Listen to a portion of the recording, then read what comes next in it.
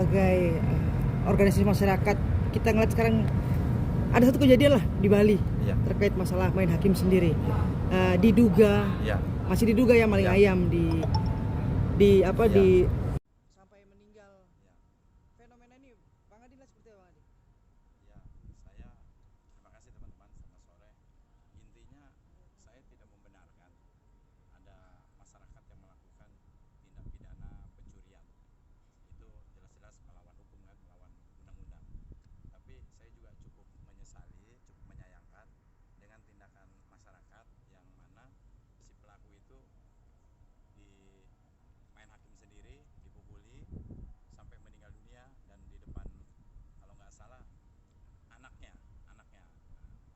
Saya hanya berilustrasi, berimajinasi, saya melihat bagaimana kasus koruptor di Indonesia yang mana kerugian negaranya cukup besar, itu kadang-kadang tidak sepadan dengan konsekuensinya. Saya berharap negara hadir dalam hal ini. Negara harus hadir. Kenapa? Si pelaku ini yang mana sekarang jadi korban harus juga berpikir keluarga. Negara harus hadir, kan harus dijajaki gitu loh. Negara harus hadir. Kenapa sampai ada? Jadi hukum ini bukan seberapa hebat menindak, tapi seberapa hebat dia melakukan preventif, pencegahan. Nah, kalau melakukan penindakan aja, menjadikan seorang tersangka di kepolisian, terdakwa di kejaksaan, terpidana di pengadilan, narapidana lembaga masyarakat, itu tidak menyelesaikan masalah. Karena pada prinsipnya yang kita hakimi ini juga putra-putri terbaik bangsa kita, dan negara yang akan rugi. Negara harus memberikan makan kan warga binaan. Kita lihat ya, website mungkin lembaga pemasarakatan itu mungkin negara ngasih duit. Jadi harapan saya ini nggak terjadi hal-hal seperti ini gitu. Oke, Bang, kita tidak membenarkan apa yang pelakunya ya, Bang ya. Kalaupun memang benar, kita tidak membenarkan. Hanya aja gini, Bang. Sekarang susahnya mencegah main hakim sendiri. Ya. Seperti apa nih?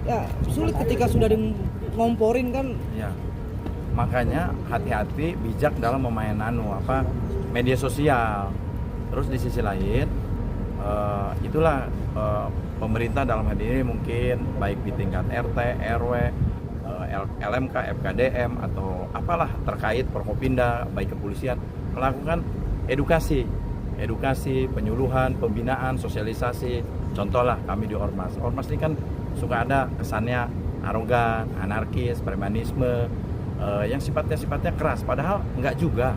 Mereka itu juga kalau dibina, ya, dikasih pemahaman, mereka juga bagian putra-putri terbaik bangsa Indonesia juga, yang mana kita bisa manfaatkan mereka, bukan manfaatkan lah, maksudnya kita arahkan mereka gitu loh. Itu mungkin. Oke, Bang, ini banyak membandingkan bahwa hanya seorang yang mencuri ayam tapi dihukum oleh massa nih sampai meninggal, tapi koruptor masih pada berkeliaran, bahkan bebas tuh masih berpesta-pesta tuh kemarin. Abang melihatnya seperti apa? Miris nggak? Oh, pastinya miris. Saya cukup prihatin karena saya berpikir sebagai manusia bisa membayangkan anak daripada si pelaku ini. Walaupun saya tidak membenarkan perbuatannya nyolong ayam, tapi harapan saya ke depannya hal-hal seperti ini tidak terjadi lagi. Hukum, negara harus hadir, memberikan kepastian. Hukum itu diciptakan ada tujuan. Satu, memberikan kepastian, mengikat. Dua, keadilan. Yang paling terpenting hukum ini diciptakan bagaimana tercapai sebuah kemanfaatan. Gitu loh. Baik bagi negara ataupun si orang tersebut gitu loh. Bang, kalau kita lihat koruptor tidak sudah merugikan negara begitu banyaknya, hanya mendapatkan hukuman yang kita anggap ala kadarnya. Iya. Ini seperti menegakkan benang basah, dan kita pada akhirnya masyarakat tidak percaya sama oknum hukum ini sendiri, Pak. Ya. Bang Adi juga pernah ada di sebuah organisasi, di partai dan segala sesuatu Ya. macamnya. Gimana nih Bang, nanti masih mampu gak sih Bang, masih bisa gak sih kita menegakkan hukum ini sendiri? Saya masih optimis, percaya bahwa supremasi hukum di negara kita, di Indonesia yang sama-sama kita cintai ini masih bisa ditegakkan. Cuman itu kan kalau toh ada konsekuensi penegak hukum begini, itu kan lebih ke oknum. Saya yakin institusinya baik, sama-sama kita berdoa, saling mengisi, saling mengayomi, saling mengedukasi, menyuarakan bagaimana Indonesia ke depan lebih maju, lebih baik demi anak cucu kita. Saya juga berpikir kenapa saya aktif di Ormas.